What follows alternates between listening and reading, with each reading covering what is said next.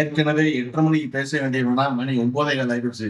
இதுல நடுவுல அந்த பொண்ணு பேசி இருக்க 10 பேர் கிளம்பி போயிட போறாங்கிற பதட்டத்துல நானே மேலேறி விடுறோம். இந்த புத்தக கண்காட்சிகள் திராவிட முன்னேற்ற கழக அரசு பொறுப்பேற்றுக் கொண்ட பிறகு கடந்த 5 ஆண்டுகளாக 4 ஆண்டுகளாக மிகச் சரியாக சொன்னால் எல்லா மாவட்டங்களிலும் தொடர்ச்சியாக நடந்து கொண்டிருப்பது என்பது மிகுந்த பாராட்டுதலுக்குரியது. முதல்ல புத்தக கண்காட்சி என்பது இப்படி எல்லா ஊர்லயும் நடக்காது. சென்னையில் நடக்கும், மதுரையில் நடக்கும், ஈரோட்டில் நடக்கும், திருச்சி நடக்குமே ஒழிய இப்படி ஒவ்வொரு மாவட்டங்களிலும் ஒவ்வொரு ஊர்களிலும் நடப்பது என்பது இப்பதான் தொடர்ச்சியாக 4 ஆண்டுகள் நடந்து கொண்டிருக்கிறது. இந்த 4 ஆண்டுகளில் அனைத்து மாவட்டங்களிலும் புத்தக கண்காட்சி நடைபெற்றாலும் கூட 4வது ஆண்டில் நாகப்பட்டினத்தில் ஏற்பாடு செய்யப்பட்டிருக்கிற இந்த புத்தக கண்காட்சி மொத்த தமிழ்நாட்டையும் அத்தனை பேரையும் திரும்பி பார்க்க வைத்து ஆச்சரியப்படைய வைத்ததற்கான முக்கியமான காரணம் இந்த நாகை மாவட்டத்து மக்கள். அதை விட மேலும் பாராட்டுக்குரியது இந்த மாவட்ட நிர்வாகம். இது ரொம்ப ஷார்ப்பா இருக்கும் சவுண்ட், அடிக்கிற மாதிரி இல்லையா?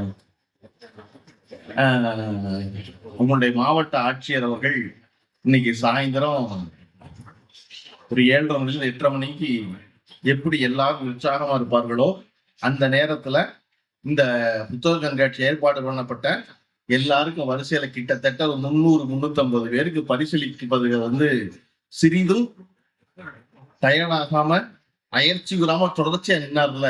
அப்பதான் எனக்கு புரிஞ்சிச்சு இந்த புத்தக கண்காட்சி பின்னாடி இருக்கிற வெற்றிக்கு காரணம் என்னன்னு அப்பதான் புரிஞ்சுக்கிட்டாரு. மாவட்ட அதிகாரிகள் பாராட்டுக்குரியவர்கள். என்னன்னா, இந்த சர்டிபிகேட்டை கொடுத்து வாங்கிக்கிறத 4 மணிக்கு பண்ண ஆள் இருக்க மாட்டாங்க, 9 மணிக்கு பண்ணால் ஆள் இருக்க மாட்டாங்க. அதனால ஆள் இருக்க 7:30 to 8:30 பண்ணிடணும்ல கவனமா இருந்து அத்தனை பேரை மேடை ஏற்றி கலெக்டரோட போட்டோ எடுக்கிறதுக்கான வாய்ப்பை ஏற்படுத்தி கொண்டதில் தெரிந்தது மாவட்ட அதிகாரிகளுடைய விசாரித்தோம். நம்ம விஷ்ணுபுர சரவணன் முன்னாடி பேசினார் இல்லையா, அவர் இந்த வருஷத்துக்கான பால புரஸ்கார் விருது வாங்கினவர். அது சாகித்ய அகாடமி விருதுடைய குழந்தைகளுக்காக கொடுக்கப்படுகிறது. ஒற்றை சிறகு ஓவியாங்கிற அவருடைய புத்தகத்துக்காக வாங்கப்பட்டது. அவர் 9:45 மணிக்கு ட்ரெயின் அவருக்கு. அவரு அனலிட்ட புழுவா துடிச்சிட்டாரு. அப்படியே போச்சு, நம்ம பேசுற நேரம் பூரா சர்டிபிகேட் கொடுத்துட்டு இருக்காங்க அப்படின்னு. அவர் இத்தனை கதை வச்சிருப்பாரு எனக்கு தெரியாது. சரி, ஒரு 10 நிமிஷத்துல முடிச்சிருவாருன்னு பார்த்தா அவர் ஒரு 3 கதையோட ரெடியாகி வந்திருக்காரு. அவர் என்னடா எப்ப முடிப்பீங்க அப்படின்னு துடிச்சிட்டாரு. அப்ப அந்த விஷ்ணுபுரம் சரவணன் அவர்கள் அப்படி இன்னொரு முக்கியமான புத்தகம், அது கயிறு அப்படின்னு வெறுமன ஒரு 7 பக்கத்துல ₹1 போன புத்தகம் கட்சி கொடுத்தாங்க. அந்த புத்தகத்துடைய விலையே ₹1 தான். ₹1 போட்டு 1.25 லட்சம் காப்பி வித்துச்சு தமிழ்நாட்டில் அந்த புத்தகம், இந்த கயிறுங்கிற புத்தகம். அந்த கயிறுங்கிற புத்தகம் எதை பத்தி, இந்த கதை எதை பத்தி பேசியது அப்படின்னா, நம்ம பள்ளிக்கூடத்துல இருக்கிற இன்னைக்கு அரசு பள்ளி மாணவர்கள் அத்தனை பேரும் கையில் ஒவ்வொரு வேற வேற வண்ணத்துல கயிறு கட்டிட்டு போறாங்கல்ல பள்ளிக்கூடத்துக்கு. அந்த கயிறு கட்டிட்டு போறதுனால என்ன விளைவை ஏற்படுத்தும்னு ஆசிரியர்கள் அத்தனை பேரும் பதட்டத்துல இருக்காங்கல்ல. அதை பற்றி பேசிய புத்தகம் தான் விஷ்ணுபுரம் சரவணனுடைய கயிறு. ஒரு எழுத்தாளன் என்பவர் எப்பொழுதும் தன் சமூகத்தில் விளைகின்ற, சமூகத்தில் நடக்கின்ற ஒன்றை பிரதிபலிக்கின்றவராக இருக்க வேண்டும். அந்த வகையில் மரியாதைக்குரிய விஷ்ணுபுர சரவணன் அவரோட அந்த நிகழ்ச்சியில பங்கு பெற வாய்ப்பு கிடைத்ததை நான் பெரிதும் மகிழ்கிறேன். நான் எப்பொழுதும் பேச்சுக்களுக்கு போகும் பொழுது ரொம்ப வலிந்து ஒரு பேச்சை தயார் பண்ண மாட்டேன். அந்த சூழல் என்னவோ, அன்றைய நிலை என்னவோ அதை பொறுத்து அந்த பேச்சை தயார் பண்ணி வரைக்கும். ஆனா இங்க மேடை ஏறி கிட்டத்தட்ட 9:15 மணிக்கு இவ்வளவு திரளா ஒரு திங்கட்கிழமை ராத்திரி இவ்வளவு பேர் உட்கார்ந்து நாகையில பேச்சு கேட்க முடியும்னு எனக்கு பெரிய ஆச்சரியமா இருக்கு. இதுவரை தமிழகத்தில் நடந்த எந்த புத்தக கண்காட்சியும் நான் பார்க்காத ஒரு காட்சி இந்த காட்சி. இது இப்படி அவர் விஷ்ணுபுரம் சரவணன் அவர்கள் பேசிக் கொண்டிருக்கும் பொழுது, நாம் கதை சொன்னோமா, கதை கேட்டவர்கள் எல்லோரும் இருக்கிறோம், கதை சொன்னோமா அப்படின்னு சொல்லி அந்த முதல் கதையில ஒரு பெண் ஏன் ஆணாக விரும்புகிறாள், ஒரு ஆண் ஏன் பெண்ணாக தயங்குகிறாங்க பத்தி ரொம்ப பிரமாதம் சொன்னாங்க. நான் அந்த இடத்துல இந்த பேச்சை தொடரணும்னு நினைக்கிறேன். ஏன்னா ஷோலே படம் எவ்வளவு பேர் பார்த்திருக்கீங்க? ஷோலேங்கிற படம், இந்தி படம், அமிதாப் பச்சன் நடித்த, தர்மேந்திரா நடித்த ஷோலேங்கிற படம். ஒரு ஹிந்தி படம் அமிதாப் பச்சன் தர்மேந்திரா ஷோலைங்கிற படத்தை கத்தி கேட்டா ஒரு 50 கை வேறுது நாகப்பட்டினத்துல. ஆனா அந்த ஷோலைங்கிற படம் வந்து இன்னைக்கு 50வது வருஷம். 50 வருஷம் நடந்திருக்கு ஒரு சினிமா. 50 வருஷம் கழிச்சு நாகப்பட்டினத்துல ஒரு 50 பேர் கைது கூறாங்க அப்படின்னா ஒரு கமர்ஷியல் சினிமா இவ்வளவு தூரம் கடந்து வந்திருக்கு. மச்சான பாத்தீங்களா இளையராஜாவை பாட்டை யாரெல்லாம் கடந்த 2 மாசத்துக்குள்ள அது யாருக்கெல்லாம் ஞாபகம் இருக்கு? மச்சான பாத்தீங்களாங்கிற பாட்டு இளையராஜாவுடைய பாட்டு 200 பேர் கைது குடிக்க. அந்த பாட்டு வந்து 50 வருஷம் ஆச்சு. கரெக்டா? 50 வருஷத்துக்கு முன்னாடி வந்த ஒரு இந்தி சினிமா நமக்கு ஞாபகத்துல இருக்கு. 50 வருஷத்துக்கு முன்னாடி வந்த ஒரு திரை இசை பாட்டு நமக்கு இன்னும் நினைவுல இருக்கு. சொன்னோன்னு மனசுக்குள்ள டீம் ஓடுது. 50 வருஷத்துக்கு முன்னாடி இந்த எழுத்தாளர்களில் யார் உங்களுக்கு ஞாபகத்துல இருக்காங்க?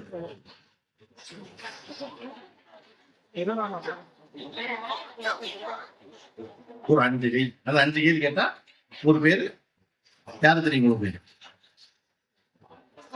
யாரு? யாரா? பட்டுக்கோட்டை கல்யாண சுந்தரம். மறுபடியும் சினிமா பாடலாசிரியர் வந்து எழுத்தாளராக சொல்லுங்க. எழுத்தாளருங்கிற ஓகே. பட்டுக்கோட்டை கல்யாண சுந்தரம் பக்கத்து ஊருக்காரங்க. நான் ஒண்ணு சொல்றேன், ஜெயகாந்தன். ஏன் ஜெயகாந்தன் ஞாபகத்துல இருக்கு அப்படின்னா, ஜெயகாந்தன் தான் இதே போல 50 ஆண்டுகளுக்கு முன்னாடி, கிட்டத்தட்ட 48 50 ஆண்டுகளுக்கு முன்னாடி, 70னா 30 20 55 60 வருஷம் முன்னாடி 68ல ஒரு கதை எழுதுறாரு, அக்னி பிரவேசம் அப்படின்னு. நான் வந்து விஷ்ணுபுரம் சரவணன் தொட்ட இடத்துல தொடர்ந்து நினைக்கிறேன். பெண் ஏன் ஆணாக விரும்புகிறான்னு இருக்கு இல்லையா? அந்த 1968ல வந்த ஜெயகாந்தனுடைய அக்னி பிரவேசம் ஒரு கதை என்ன அப்படின்னா, கல்லூரிக்கு போயிட்டு வர்ற ஒரு பெண் ஒரு பேருந்து நிறுத்தத்தில் நிக்கிறா. மழை பெய்யுது, எந்த வண்டியும் வரல, வீட்டுக்கு போகணும். அவருக்கு ஒரு ஏழை அம்மா வீட்டுல காத்துக்கிட்டு இருக்கா. அவர் ஒன்று குறித்த குடியிருக்கா. ஒரு எளிய குடும்பத்து பெண், அவ காத்துக்கிட்டு இருக்கா. மாலை மங்கி இருள் கவிஞ்சிருது, இருட்டாயிருது, காத்துக்கிட்டு இருக்கா. பஸ் வரல, போறதுக்கு வண்டி இல்லை. அப்போ ஒரு பெரிய பிரம்மாண்ட படகு கார் ஒன்று வருது. ஒரு பெரும் பணக்காரன் இந்த காரை ஓட்டிட்டு வர்றான். அவன் இந்த பொண்ணுக்கு லிஃப்ட் கொடுக்குற கேட்கிறான், அவனை இறக்கி விடுறேன்னு. இவன் 17 வயசு பொண்ணு தயக்கம் இருக்கு. அந்த காருக்குள்ள அறியாத ஆணோடு ஏறலாமான்னு நினைக்கிறா. ஏறித்தான் போகணும், ஒரு வழி இல்லை.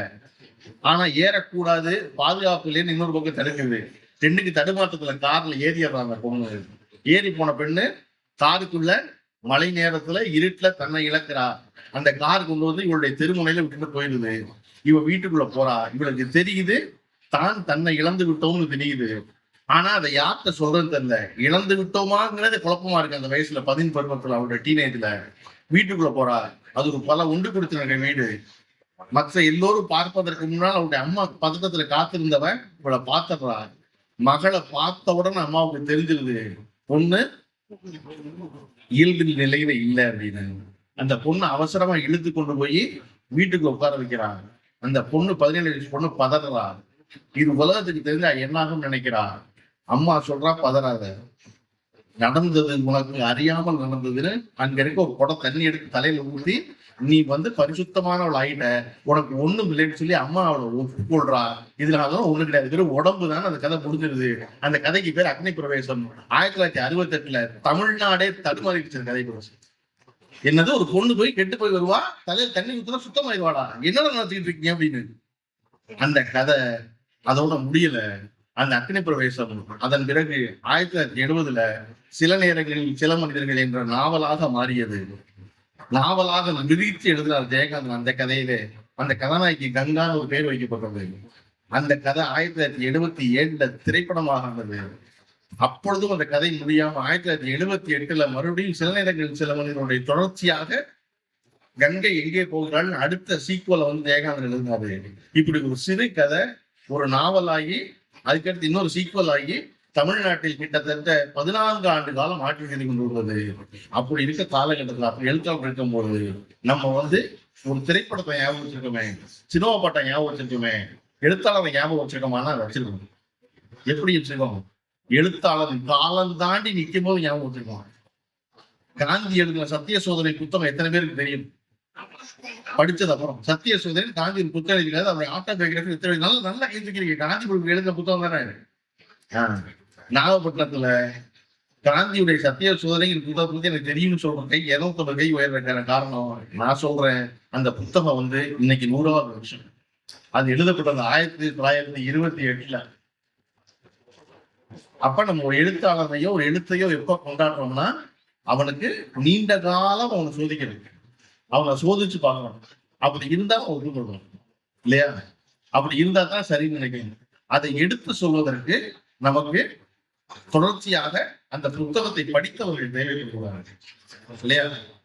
அதனாலதானே தொடர்ச்சியா இந்த மாதிரி புத்தக விளையாட்டுகளை குழந்தைகளை கூட்டிட்டு போங்க சொல்றது. அதனாலதானே விஷ்ணுபுரம் சரவணன் பிள்ளைகளுக்கு கதை சொல்லுங்க சொல்றது. ஏன்னா படித்தவற்றை மீண்டும் மீண்டும் அடுத்த தலைமுறைக்கு சொல்லிக் கொண்டே இருக்கிறது. எது சரியானதோ அது தொடர்ச்சியா இன்னைக்கு தமிழ்நாடு அரசு தன்னுடைய அரசு குறிப்புகள் எல்லாவற்றையும் காலனிங்கிற வார்த்தையை நீக்கிறதுன்னு முடிவெடுத்தாங்க. இனிமேல் காலனின்னு சொல்லப்படாது. ஏன்னா காலனி என்பது ஒடுக்கப்பட்டவர்கள் வாழும் இடம் ஆயிடுச்சு. அதுக்கான வேறுபாடு தெரிய வேண்டாம்ன்றதுக்காக அந்த காலனி நீக்கோன்னு சொன்ன உடனே இன்னொரு குரல் வந்துச்சு, காலனியை தூக்கிட்டா சரியாயிருமா? அப்ப ரயில்வே காலனியை தூக்கிடுவீங்களா? சாய்பாபா காலனியை கோயிலுக்கு தூக்கிடுவீங்களா? அப்படின்னு மண்டம் முழுக்க மூளையாக இருக்கிற பூரா அறிவார்னு கேட்டாங்க. அவனுக்கு தெரியாது வார்த்தை என்பது ஒரு சமூகத்தில் எத்தகைய மாற்றத்தை ஏற்படுத்துகிறது. இன்னைக்கு ஒரு கையோ காலோ கண்ணோ காதோ இல்லாதவர்களுக்கு என்ன பேரு? அந்த சின்ன பிடிச்சது மாற்றுத்திறனாளி. அப்படி உடல் குறைபாடு உள்ள மனிதர்களை 50 வருஷம் முன்னாடி நம்ம என்ன சொல்லிக்கிட்டு இருந்தோம். அப்ப இன்னைக்கு அந்த சொல் சுத்தமா மாறி மாற்றுத்திறனாளிங்கிற சொல் இந்த தலைமுறை வந்து சேர்ந்ததுக்கான காரணம் இன்றைய அரசை போல அன்றைக்கு அரசவை இருந்த கலைஞர் அவர்கள் எடுத்த முடிவுதான் ஊனமுற்றவர்களை ஒழிச்சு மாற்றுத்திறனாளிகள் சொல்ல போச்சு. அவர் திறமை வாங்கியிருக்கு. எதுல? வேறு அவர் ஒரு கை இல்லாம இருக்கலாம், அவருக்கு கண் இல்லாம இருக்கலாம், அவருக்கு ஒரு இடத்துல குறைபாடு இருக்கலாம். ஆனா அவர் குறைபாடு உள்ளவர் இல்லை, அவர் இன்னொரு மாற்றுல திறன் வாய்ந்தவர். அதனாலதான் வள்ளுவர் என்ன சொல்றாரு, பொறியின்மை யாருக்கும் விடுவிக்கிறார். பொறி இல்லாம போச்சு அப்படின்னா அதெல்லாம் பெரிய பிரச்சனை இல்லை. ஆனா உன்னுடைய திறமை இருக்கு பாரு, இந்த திறமையை நீ கண்டுபிடிக்காம விட்டாதான் பிரச்சனைங்கிறார் வள்ளுவர். அதே போல ஒரு சொல் மாற்றும் அப்படின்னா அந்த சொல் காலனிக்கு மாற்றம், சரி காலனிக்கு மாற்றுகிறோம். காலனிங்கிற சொல் வரும்போதே அதை ஒட்டி சேரிங்கிற சொல்ல உண்டான சேரி என்பது தமிழ் சொல்லா? ஆமா தமிழ் சொல்லு. ஹிந்து ஆங்கில பத்திரிகையில உங்க எழுத்தாளர் இளையம் பிரமாதமான கட்டுரை இருந்தார். என்னன்னா சேரி என்ற சொல் தமிழ் சொல்லாக இருக்கிறது. சேரினா என்ன அர்த்தம் அப்படின்னா குடியிருப்பு பகுதியில் அர்த்தம். எப்போ வரைக்கும்? அகநானூர் என்ன சொல்லுது? அகநானூர்ல 16 இடத்துல சேரி இருந்தது. அகநானூருடைய காலகட்டம் என்ன? 2ஆம் நூற்றாண்டு. 2ஆம் நூற்றாண்டுல சேரிங்கிற சொல் குடியிருப்புன்னு தான் இருந்துச்சு. அதன் பிறகு சிலப்பதிகாரத்தில் புறச்சேரிங்கிற சொல் வருது. புறச்சேரினா என்ன அர்த்தம் அப்படின்னா கௌந்தியடிகளை சந்திக்க கண்ணகியும் கோவில் போகிற இடத்துல இருக்கு இல்லையா, அங்க அவர் வாழ்ந்த இடத்துக்கு பேர் புறச்சேரி. ஊருக்கு வெளியே இருக்க வசிப்பிடத்துக்கு பேரு புறச்சேரினா சிலப்பதிகாரத்துல வருது. அது 6ஆம் நூற்றாண்டு.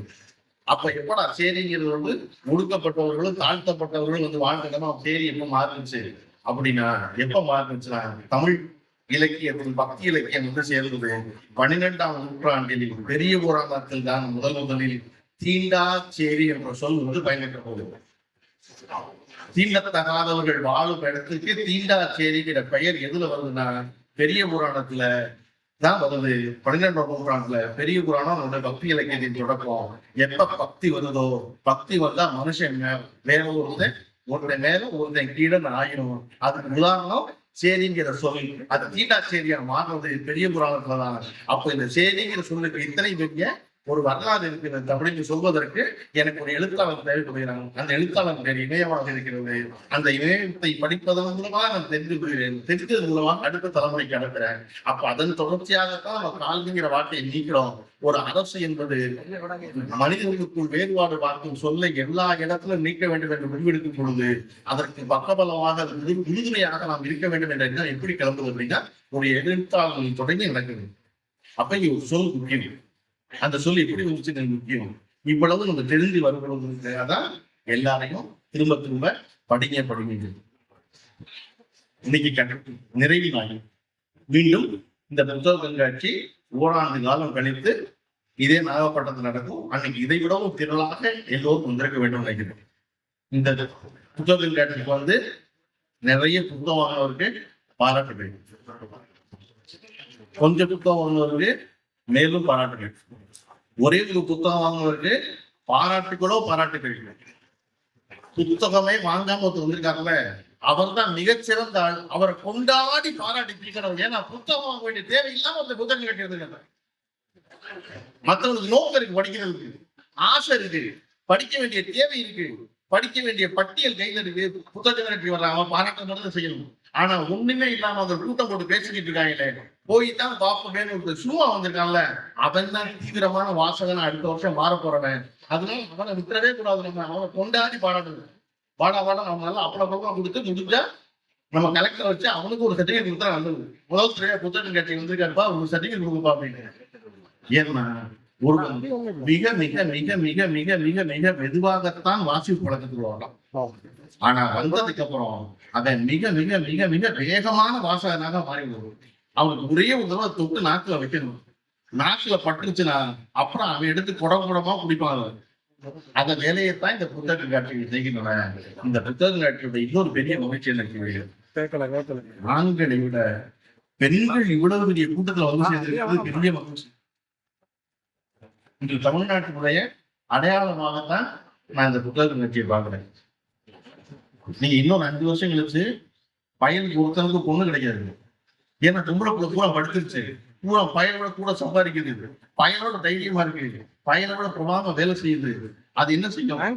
இனிமே பையனை சூஸ் பண்ணு, நீ வேலைக்காக மாட்டேன் அவனை வர சொல்லுங்க. இத்தனை காலமாக ஒரு ஆண் ஒரு பெண்ணுக்கு என்ன செய்து கொண்டிருந்தானோ அது தமிழ்நாட்டில் அடுத்த 10 ஆண்டுகளில் பெண் ஆணுக்கு செய்ய போகிறேன். ஒரே ஒரு திரைப்பட கதை ஏகி பிரதிதினி ஒரு படம் வந்த வருஷம் 1970களில் ஜெயகாந்தனுடைய கணிப்பிரவேசம் போல அது ஒரு பெண்ணை குறித்த கதை தான். அந்த பெண், ஏன்னா இன்னைக்கு தமிழ்நாட்டில் அத்தனை பேரும் பணி நிமித்தமாக வெளியே போய்கிட்டே இருக்கு பெண்கள் இருக்கிறனால அந்த படத்தை ஒரு 90 நிமிஷம் படம் மறுநாள் அப்படின்னு இயக்கின படம். அந்த படத்தினுடைய கதாநாயகி ஒரு பெரிய குடும்பத்துல போகிறவ. அவனுக்கு 2 தங்கச்சி 2 தம்பி, ஒரு நோய்வாய்ப்பட்ட அப்பா. வீட்டில் இருக்க எல்லா வேலையும் செய்து தனக்கு நோயுற்று இருக்கிறேன் என்பதை கூட சொல்ல முடியாத அம்மா. குடும்பத்தில் மிக ஆழமான வறுமை வெளிநாட்டினாலும் போதாமைகள் இருக்கிறது. காரணம் அந்த ஒரு பெண் தான் சம்பாதிக்கிறாங்க. தங்கச்சி 2 பேரும் சம்பாதிக்கல, தம்பி 2 பேரும் சம்பாதிக்கல, அப்பா நோயுற்றதால வேலைக்கு போல, அம்மா வேலைக்கு போய் பழக்கம் இல்லை 1970ல. அதனால பெண் மட்டும் வேலைக்கு போறா. காலையில் எந்திரிச்சு வேலைக்கு கிளம்புவா, அம்மா திரும்ப சாப்பாடு கட்டிப்பா, எடுத்துட்டு போவா. வேலைக்கு போவா, சாயந்தரம் 6 மணிக்கு கிளம்பி வருவா. வந்தோட பையன் அம்மா முன்னாடி அடுப்படையை வைப்பா, குளிப்பா, ட்ரெஸ் மாத்திக்குவா, வருவா. அம்மா ராத்திரி சாப்பாடு வேலை வச்சிருப்பா, ரூம்குள்ள போவா, படுத்து தூங்குவா, காலையில் எந்திரிப்பா, குளிப்பா, திருப்பி வருவா. அம்மா மத்தியான சாப்பாடு கட்டி வச்சிருப்பா, எடுத்து வேலைக்கு போவா. இப்படித்தான் அவருடைய வாழ்க்கை நடந்துகிட்டே இருக்கிறது. அந்த பெண்ணுடைய திருமணத்தை பற்றி அந்த குடும்பத்தில் யாருமே அக்கறைப்படவில்லை. சொல்ல போனா பண்ணிக்காம தான் நல்லது நினைக்கிறாங்க. ஏன்னா ஒருத்தையா சம்பாதிக்கிறவாங்க, சம்பாதிக்கிறவளை கட்டிக்கு விட்டா வீடு கஷ்டப்படும். அதனால கல்யாணத்தை பத்தி யோசிக்கல. இப்படி ஒரே மாதிரி போய்கிட்டு இருக்க நாள் வாழ்க்கை. ஒரு நாள் என்ன ஆகுதுன்னா, சாயந்தரம் 6 மணிக்கு பொண்ணு வீட்டுக்கு வந்த. எந்த பொண்ணு வேலைக்கு போய்க்கிறாளோ, எந்த பொண்ணு அந்த வீட்டுக்கு தலை போடணும், அவன் 6 மணிக்கு வரல. மெதுவா அம்மா 6:15 மணிக்கு இன்னும் வரீங்கன்னு கேட்க ஆரம்பிக்கிறார். 6:45 மணிக்கு தங்கச்சி என்ன அக்காவும் யோசிக்கிறார். 7 மணிக்கு தம்பி 2 பேரும் வெளியூர் எட்டி பாக்குறாங்க. 9 மணிக்கு 8 மணிக்கு 8 வீட்டுக்கு கேட்கறேன், என்ன பொண்ணு வீட்டுக்கு வரலையாங்க. 8:30 மணிக்கு பக்கத்து வீட்டுல 2 ரூபாய் கூலி வந்துடுறாங்க. எப்போ வந்துருவாடை கேட்டா 6 மணிக்கு வேலை போகுது, இன்னைக்கு என்ன சீக்கிரம் வரல அப்படின்னு. கிட்டத்தட்ட 9 மணி அளவில் அந்த தெருவே அவருடைய வருகைக்காக காத்திருக்கிறது. ஏன் அந்த பொண்ணு வீட்டுக்கு வந்தாங்க? எப்போ வேலைக்கு போனா 6 மணிக்கு வந்துருவாடே, அவ ஏன் வந்து தெருவே முடிச்சு நிக்கிறது? ஒருத்தர் போலீஸ் ஸ்டேஷன் கம்ப்ளைண்ட் போறாங்க. ஒரு பொண்ணு போய் கம்ப்ளைண்ட் 2 ரூபாய் காசை போட்டு ஆபரேஷனுக்கு போன் பண்றா ஒரு தங்கச்சி. இன்னொரு தம்பி போய் ஆஸ்பத்திரியில பாக்குறாங்க. அடிபட்ட ஆளுகள் ஆக்சிடென்ட் கேஸ் ஏதாவது இருக்கா? இப்படி எங்க போய் பார்க்க எங்கேயுமே அக்கா இல்ல. நேரம் ஆகாக பக்கத்து தெரு முடிச்சுக்கிட்டு 3வது தெருல ஒருத்தர் வர்றாங்க. என்ன அந்த வீட்டுல பொண்ணு வீட்டுக்கு வரலையாமே, 6 மணிக்கு வேண்டிய பொண்ணு வரலையாமேங்கிறாங்க. அந்த பொண்ணு வரவே இல்லை. பொண்ணு ராத்திரி அடுத்த நாள் காலையில 7 மணிக்கு வரா வீட்டுக்கு. தெருவே வேடிக்கை பார்க்குறது. வீட்டுல இருக்கிறவங்களுக்கு என்ன கேட்கறது தெரியல. வந்தவ பைய வைக்கிறா, குளிக்க போறா, குளிச்சுட்டு வெளியே வந்து அம்மா மறுபடியும் சாப்பாடை கட்டி வச்சிருக்கா. 8:15 மணிக்கு பைய தூக்கிட்டு மறுபடியும் அன்னைக்கு வேலைக்கு கொண்டு வெளியே போயிடுறா. அந்த படம் எடுத்து அதோட அந்த படம் புரிஞ்சுட்டு இந்த படம் எடுத்த முதல் சென்ட்ட சந்திப்புல வர்றாரு. எல்லாரும் கேட்ட கேள்வி என்ன தெரியுமா? என்ன என்ன கேள்வி கேட்பாங்க? பொண்ணு எங்க போனாரு பாருங்க. நாட்டுல 60 வருஷம் ஒரே கேள்வி கேட்கிறான் இவருக்கு. பொம்பளை பிள்ளை வீட்டுக்கு வேலை எங்க போனா பொம்பளை தெரிஞ்சாங்க எல்லாருக்கும். கரெக்டா? மிருனால் சென்ட் அன்னைக்கும் 60 ஆண்டு காலம் முன்னாடி இந்த கேள்வியா கேட்கப்பட்டது. அந்த பெண் எங்கே போனாடு? அந்த கதையை எழுதிய அந்த படத்தை டைரக்ட் பண்ண மிருனால் சென்ட் சொன்னாரு, எனக்கும் தெரியல. ஒரு பையன் எந்திரிச்சு சொன்னாங்க, தெரியலன்னு சொல்லாதீங்க, சொல்ல விருப்பம் இல்லைன்னு சொல்லுங்க. தெரியலைங்கிறது வேற, சொல்ல விருப்பம் இல்லைங்கிறது வேற. இந்த கதை எழுத வர்றீங்க, நடிக்க வச்சது நீங்க, டைரக்ட் பண்ணது நீங்க, அந்த கதாபாத்திரத்தை ரத்தமும் சதையும் உலாவ விட்டது நீங்க, உங்களுக்கு அப்படி தெரியாம இருக்கும் அப்படின்னு சொன்னா மிருனால் சென்ட் மெதுவா அந்த பையனை சிரிச்சு சொன்னாரு, நிஜமாவே எனக்கு தெரியல. நான் அவளை படைத்தவன், நான் அவளை வடிவமைத்தவன்.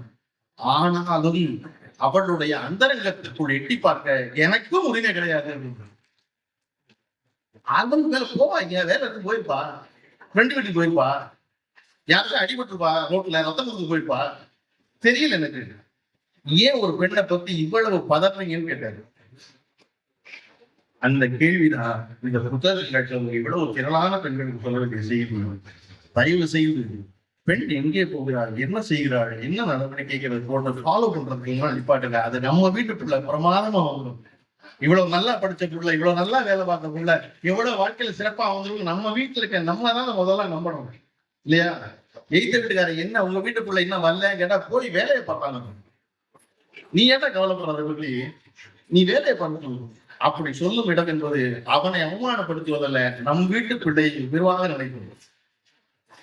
அந்த இடத்துக்கு வர்றதுக்கு எல்லாரையும் வரவேற்பதற்கான முயற்சி தான் இதை போன்ற புத்தகங்கள். மிருனால் சென்ட் எழுத்தும், ஜெயகாந்தனுடைய எழுத்தும், விஷ்ணுகுரு சரணுடைய எழுத்தும் என்னை போன்ற ஏதும் அறியாத ஒருவனை மேடையில் பேச தயார்படுத்துகின்றனில் உங்களையும் அது ஆக்கக்கூடும். அந்த இடத்திற்கு உங்கள் வீட்டு பிள்ளைகள் வரட்டும். இதை போன்ற புத்தக காட்சிகள் தொடர்ந்து நடக்கட்டும். இதை போன்ற திரளான மக்கள் இதை விட அதிகம் கூடட்டும் என்று சொல்லி வாய்ப்புக்கு நன்றி சொல்லி விடைபெறுகிறேன்.